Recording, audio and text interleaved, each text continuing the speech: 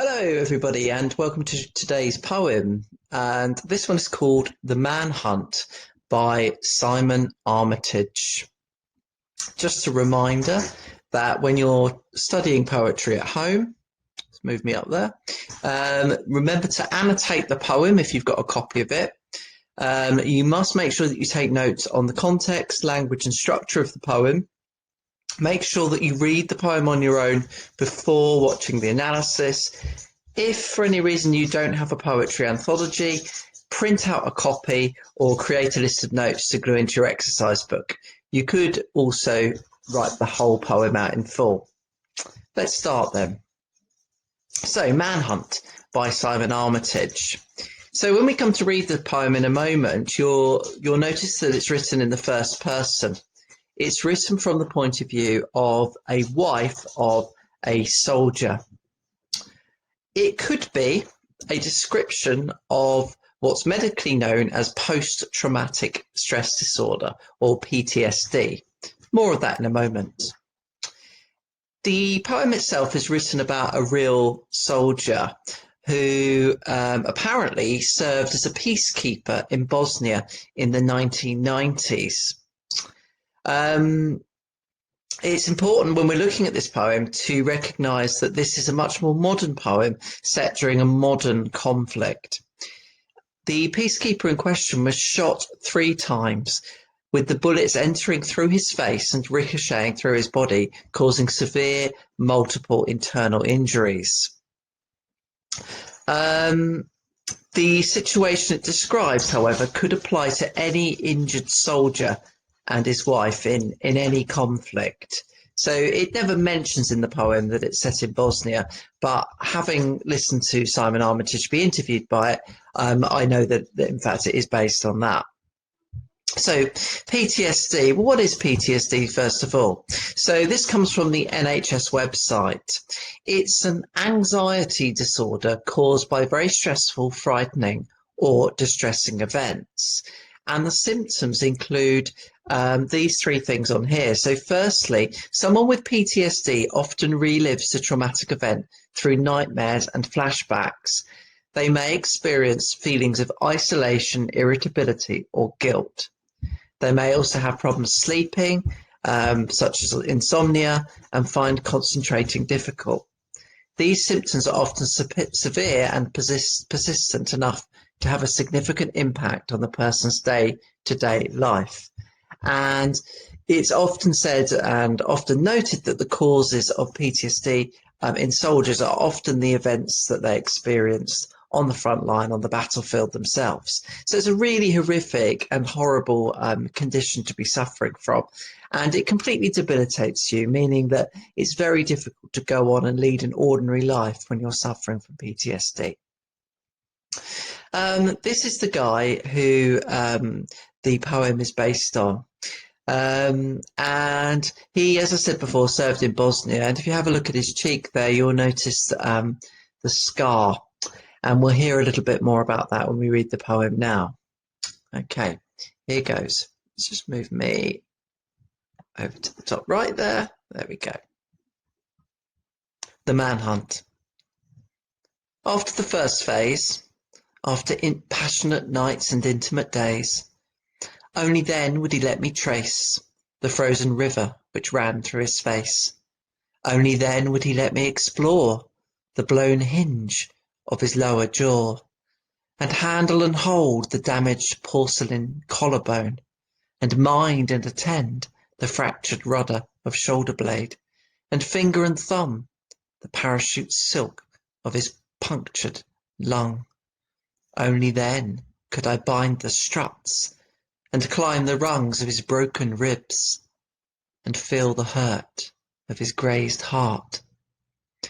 Skirting along, only then could I picture the scan, the fetus of metal beneath his chest, where the bullet had finally come to rest. Then I widened the search, traced the scarring back to its source, to a sweating, unexploded mine buried deep in his mind, around which every nerve in his body had tightened and closed. Then, and only then, did I come close.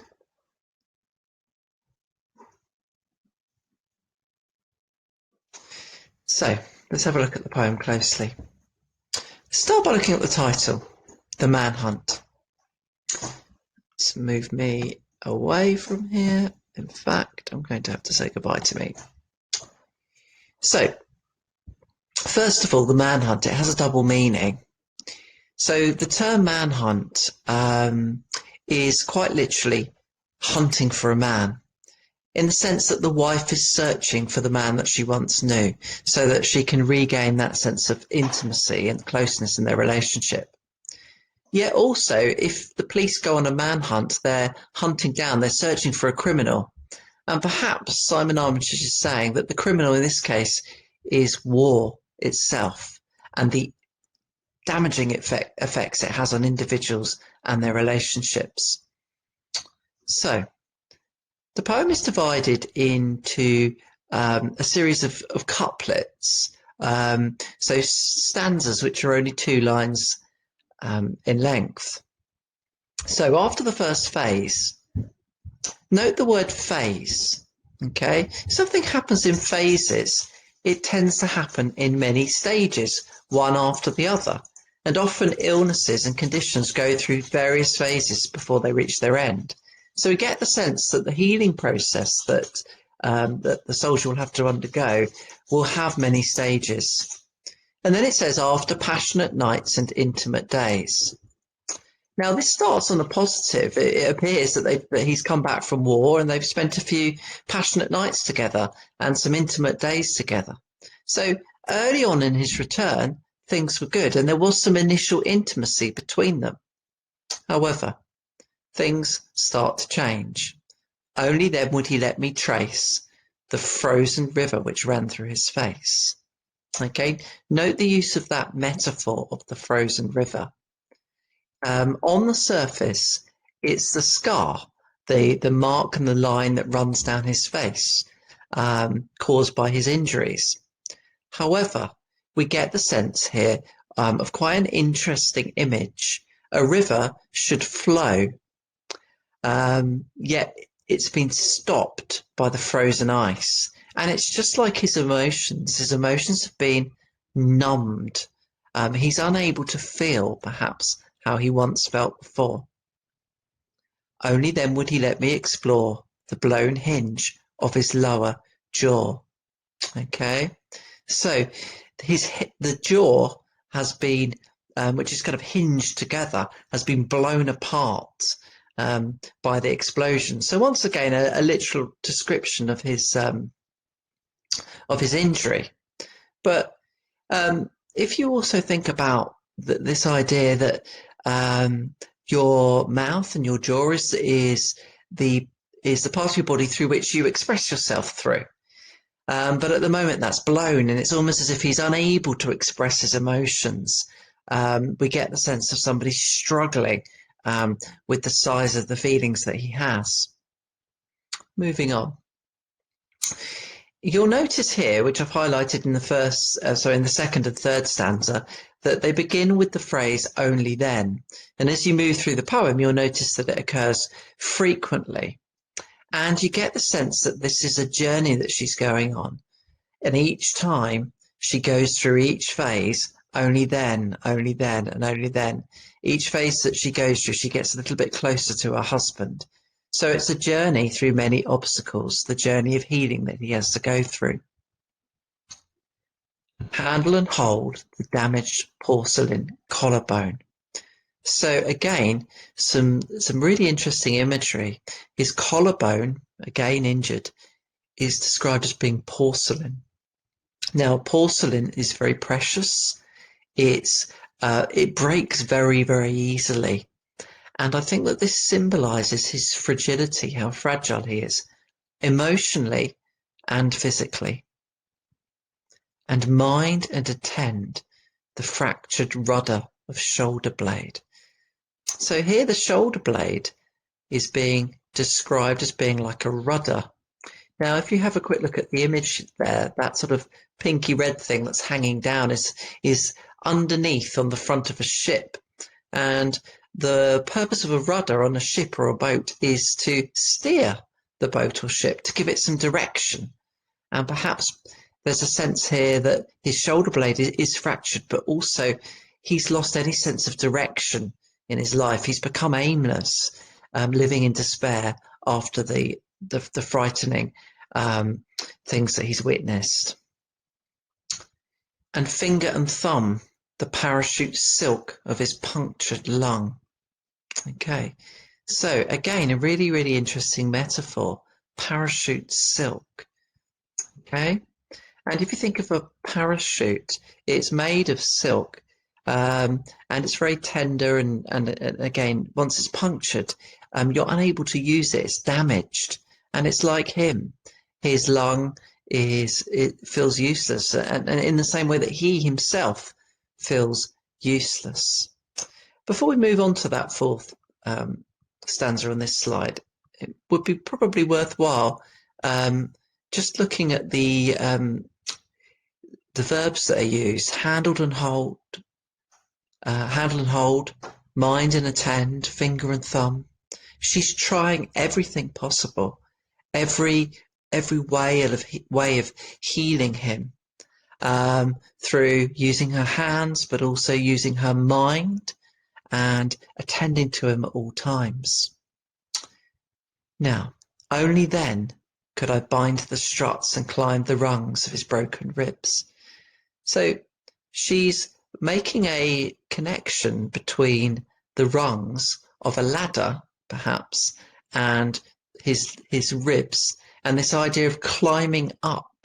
And perhaps this is about her journey, her climbing up towards him, towards his mind, trying to get closer to understanding him, and inevitably to healing him, to mending him.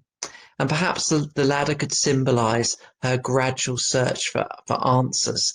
And of course, a ladder is hard to climb, and it's very difficult for her to get closer to her husband. Moving on. Feel the hurt of his grazed heart. Okay, so if something is grazed, it means it's been injured. I mean, if you graze your hand, for instance, it means that you sort of you cut off the top layer of skin, you rub that off, and we get the sense here that he's had an injury which is only just missed damaging his heart and probably killing him, but also his heart is grazed. It's feeling emotional pain, and you know, there's an inability to feel love, perhaps from his part. His heart is grazed, but also I think there is some optimism there. It's not mortally wounded, it's grazed. Mending and healing is possible. Skirting along, only then could I picture the scan. So here she's talking about the CT scan of his body. The fetus of metal beneath his chest, where the bullet had finally come to rest. So we have a very clear image here of the bullet which had nestled itself in his body right next to his heart, probably explaining why it was grazed. But look at the metaphor that's been used here, a fetus of metal. Now, that's a really interesting idea. So, of course, a fetus is a baby, the very, very earliest stages of development in its mother's womb. And why is this piece of metal, this piece of shrapnel, this bullet, why is it being described as a fetus, like a baby? Surely a bullet can't grow in you. But I think here it's this idea that the hurt, the pain, and the psychological condition, the PTSD, which has been caused by the bullet, can grow and develop. It can become worse. It's quite a sinister idea, this foreign body inside him that is going to grow and potentially destroy him. And then I widen the search, trace the scarring back to its source. So here she's talking about how she's moving away from looking at his body and the physical impact of what happened to him, And now she's going to start looking at his mind. She's traced the scarring back to its source. And its source, of course, is like a river. And it plays on that idea of river again, that image.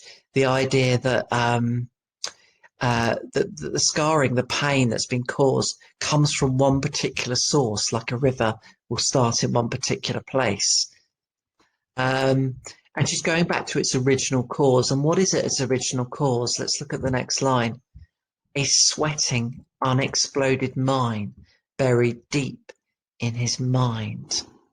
Okay, so by mine, it kind of means like a landmine. Landmines are buried deep in the ground, and when somebody treads on them, if you're unfortunate enough to tread on them, then they will explode. If you're lucky, you'll lose a few limbs. If you're unlucky, it will kill you outright.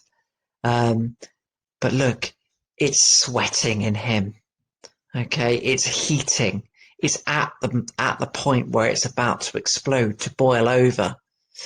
Yet this is buried deep in his mind. Now, this isn't literal. This is completely metaphorical. And here, Simon Armitage is referring to the emotional, psychological pain that he's finding difficult to overcome. It suggests that he's volatile, which means that he could explode in rage and irritability at any time. But she's been a loving wife. She's willing to go the whole way and to try to solve the problem for him, try to help him. Every nerve in his body had tightened and closed around this. Okay, this had become the center of his being, this experience, this memory that he can't let go of. And look at the last line. Then, and only then, did I come close. Now, the ending for me is incredibly sad in many ways, because the last word is close. She could only come close. After all that journeying, after following that river back to its course, to trying to find out what's wrong with him, to climbing those rungs, the ladder of his ribs, to try to help him in any way she could, from mending him to tending him, all of those things, she could only come close. She cannot fully resolve his problem. So the ending is unresolved and incomplete. She is unable to find him. She's unable to completely complete the manhunt. Let's have a look at the structure of the poem then. So it's quite interesting. We talked a little bit earlier about the use of couplets all the way through the poem. Let's have a look now at the way that the rhyme works. Now, if you look at the bits in red, this poem begins with rhyming couplets. Ignore the D there, that should be an S. And at the beginning of the poem, phase rhymes with days, and trace with face, explore with jaw. And it really does suggest that they're close. Of course, when things rhyme, it tends to suggest that things are right with the world. So early on, when he comes back, and as we know from the second line of the poem, passionate nights and intimate days, they're fairly close. But then they start to distance. And now notice what the lines do. The rhyme becomes disrupted. It becomes broken. Hold doesn't rhyme with bone. Attend doesn't rhyme with blade. Thumb and lung. Now there is a repeated sound. We call that assonance in the poem.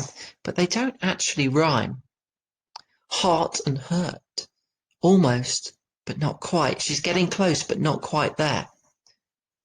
We do get one, however, where the fetus of metal beneath his chest, where the bullet had finally come to rest.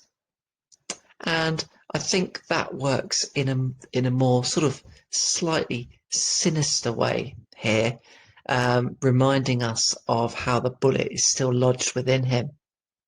But in general, the poem carries on being disrupted. Now, right at the end, we get closed and close. The poem is so close to rhyming at the end, to completing the problem, but it doesn't quite get there. It almost rhymes. And the rhyme scheme reflects beautifully the process that she goes through, from feeling closer to him drifting away, to her getting as close as she possibly can, but not quite. So these are for your notes. The rhyming couplets at the beginning reflect the perceived closeness of the couple. However, the rhyme scheme falters nearer the end to reflect the difficulties and turbulence of their relationship, the way that their relationship is up and down. The structure reflects the gradual and sequential healing process, and we get this sense of the stages of the journey, each of those 2-line stanzas, that the narrator must go on to find her husband again. Now, it says here the poem is in a single sentence. It isn't actually. It's in about 3 to 4 sentences. But what we have is a lot of enjambment here, where the poem flips from line to line without sort of moving on to a new sentence. And we get a real pace to the poem. And for me, it suggests a relentless and dedicated attempt to reconnect with her husband that she goes through. So, key ideas from the Manhunt. Firstly, recovery is very slow and very painstaking, and it hurts everybody involved. Secondly, there's a real link between the physical and the emotional trauma. Have a think to the metaphors that we've seen in the poems, whether it's the silk parachute of his lungs, whether it's the frozen river of the scar on his face. The physical wounds show us a lot about how he's feeling deep inside. It also reminds us that, particularly when we think of war or any sort of trauma, that the mental suffering often outlasts the event itself. A few moments on the battlefield can last a lifetime in the mind. But more positively, it shows the resilience of relationships. And, the fact that the wife here has written the poem, or Simon Armitage has written the poem, she's the speaker of the poem, shall I say, but that she continues to work with her husband, continues to try to heal, and every 2-line stanza in the poem is another way that she tries to heal him. She never gives up, and it's not until the end of the poem that she admits some sort of defeat. And lastly, the whole poem makes us think about the effect of conflict on families and loved ones. Now, you've read Dulcet Decorum Est and you've read Mamet's Wood, and they're very much about the effect on the soldiers, the young men themselves. But here we see both the effect on the young man and his wife, which is a very new idea and reminds us that war has huge repercussions and consequences for everybody involved. Thank you for listening, everybody. Bye-bye.